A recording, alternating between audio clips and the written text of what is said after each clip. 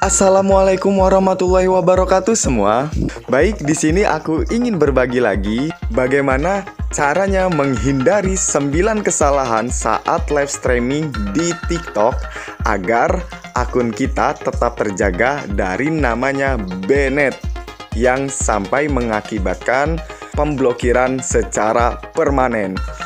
Bagaimana langkah-langkahnya? Tak usah lama-lama, takut teman-teman semua bosan dengan saya karena setiap harinya saya selalu mengupload video. Langsung saja cek door.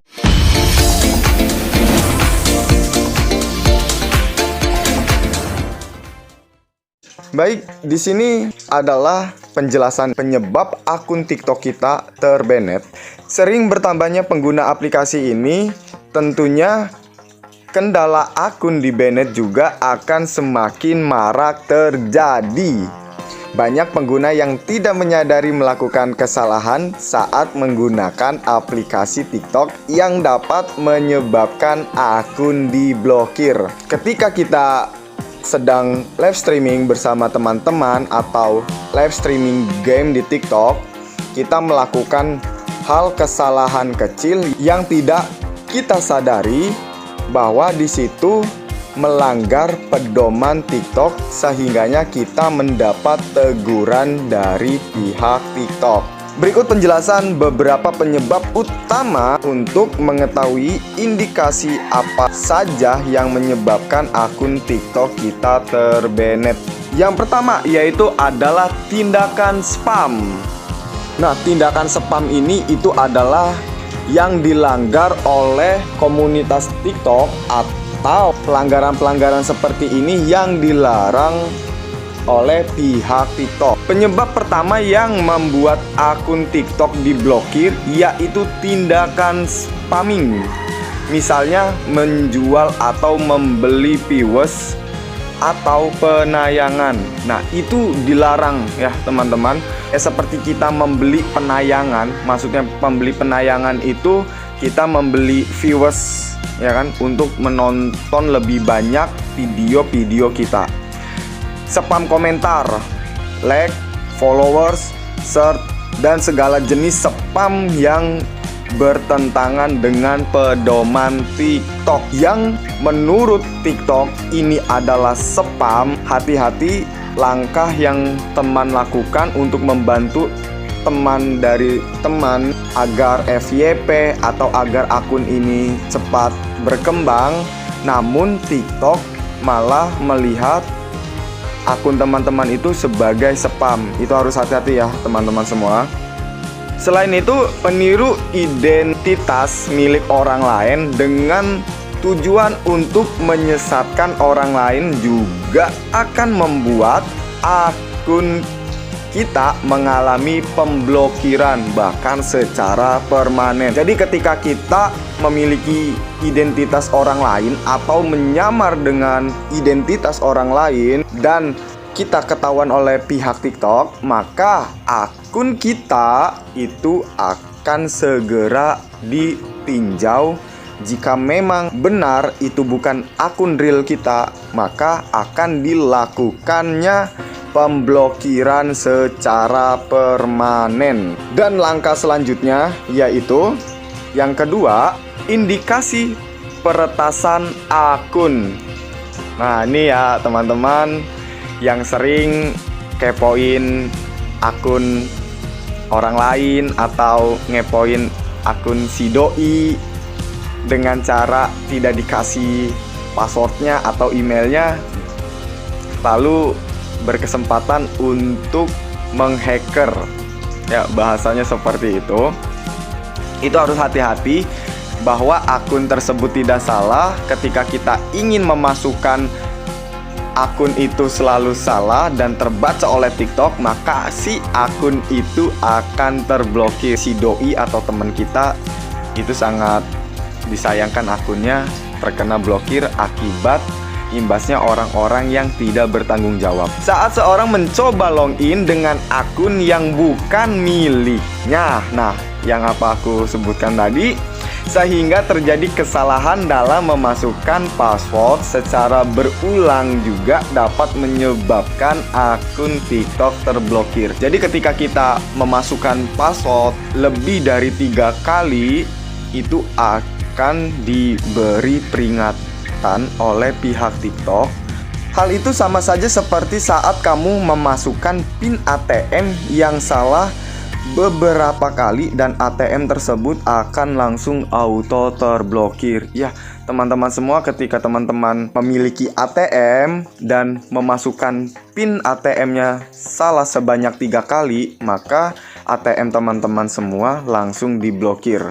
Harus hati-hati ketika kita memasukkan password atau kata sandi akun TikTok kita. Untuk penjelasan nomor 2 ini, menurut aku lebih harus akun kita atau nomor telepon kita itu harus terverifikasi agar tidak terjadinya hacker. Ketika dia meminta password, itu harus ada laporan ke akun kita ya teman-teman. Itu caranya agar terhindar dari hacker-hacker ataupun orang-orang yang tidak kita inginkan. Yang selanjutnya yaitu nomor 3, unsur penipuan di TikTok. Adanya pengaduan dari pengguna lain karena terdapat adanya penipuan atau pelanggaran lainnya bisa menjadi alasan akun TikTok diblokir sementara. Laporan penipuan di aplikasi TikTok akan ditinjau, diverifikasi, dan ditindaklanjuti oleh pihak developer atau aplikasi TikTok itu, atau pihak TikTok ya teman-teman. Jika akun yang telah dilaporkan benar-benar melakukan penipuan, maka akun tersebut akan diblokir secara permanen. Tidak hanya diblokir sementara ketika kita melakukan dan kesalahan tersebut memang benar-benar terjadi, maka akun kita akan di-banned secara permanen, tidak sementara lagi ya teman-teman. Sekali lagi, harus berhati-hati dalam bermain TikTok. Langkah selanjutnya yaitu langkah keempat, melanggar hak cipta atau copyright. Pelanggaran terhadap hak cipta copyright maupun hak kekayaan intelektual HKI pada konten, suara, merek, ataupun ide pada konten dapat mengakibatkan akun TikTok terblokir.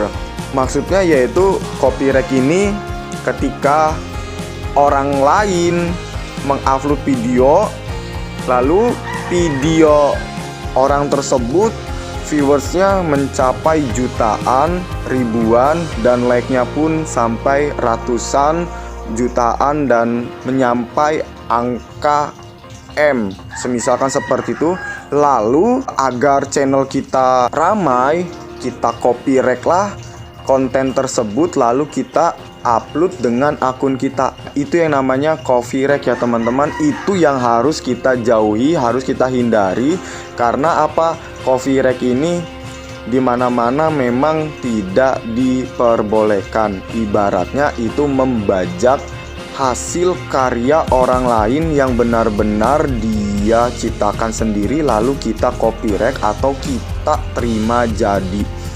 Lebih baik saran aku jangan pernah lakukan hal itu. Langkah selanjutnya yaitu yang kelima, pengguna belum cukup umur. Perhatikan sekali lagi, pemilik akun TikTok yang belum cukup umur, yaitu kurang dari 13 tahun, akan menyebabkan akun dibatasi karena melanggar ketentuan usia pengguna. Jadi sebelum usia kita mencapai 13 tahun atau 18 tahun itu masih dibatasi, seperti nge-gift, seperti kita ingin naik atau bergabung di live streaming, itu tidak akan bisa teman-teman semua.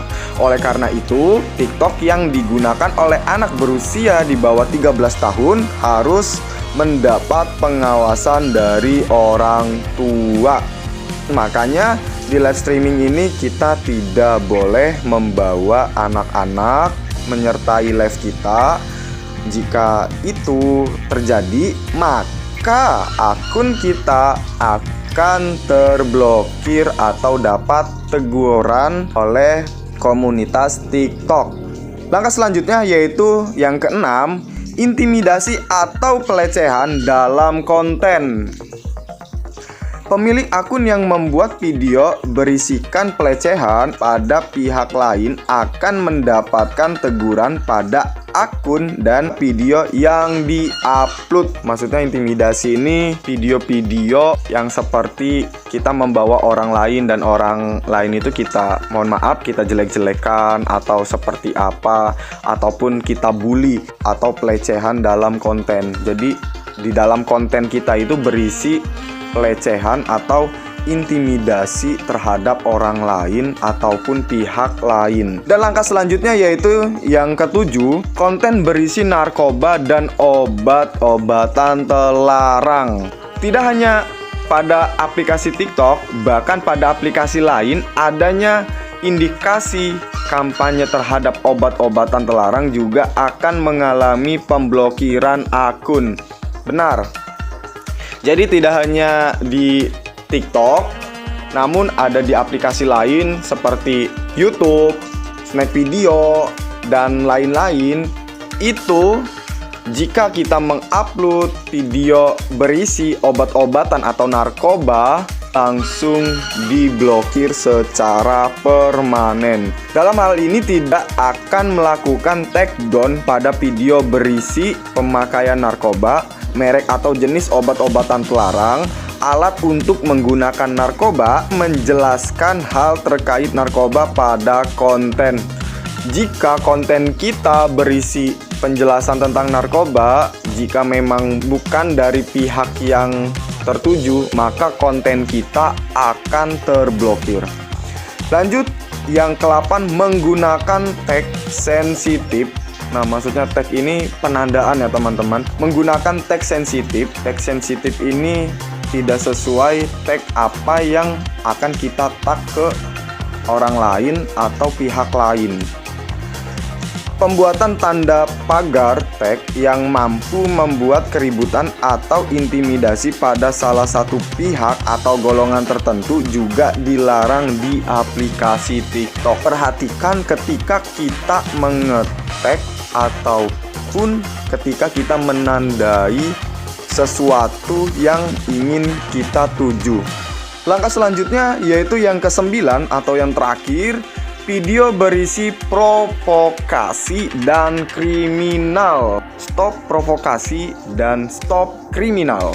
Faktor lain yang membuat akun di aplikasi TikTok diblokir yaitu karena adanya konten yang mengandung tindakan provokasi dan juga kriminal yang mampu mengundang kejahatan media sosial. Maksudnya bagaimana? Ketika kita membuat konten atau mengupload video, konten video kita itu berisi provokasi, isinya tentang kriminal yang mengajak tentang pemancingan keributan, di mana kita sebagai provokasi ya teman-teman, itu sangat berbahaya sekali. Bukan hanya di TikTok, mungkin di dalam kehidupan juga yang namanya provokasi itu sangat berbahaya, memancing keributan. Hal ini sudah terdapat dalam kebijakan dari pihak TikTok untuk melindungi semua pengguna aplikasi dari tindakan kekerasan atau kriminal. Setuju? Jangan pernah buat konten yang memancing keributan atau mengintimidasi orang lain ataupun teman kita. Saran aku, jadilah konten kreator yang baik, yang bersifat netral, dan jangan pernah merugikan orang lain yang akan merugikan diri kita sendiri. Mungkin cukup. Apabila ada kesalahan, aku mohon maaf. Aku di sini tidak ingin menggurui atau mengajari. Aku hanya ingin berbagi tentang TikTok, apa yang aku tahu tentang TikTok, maka di situ aku berbagi. Aku akhiri. Wassalamualaikum warahmatullahi wabarakatuh.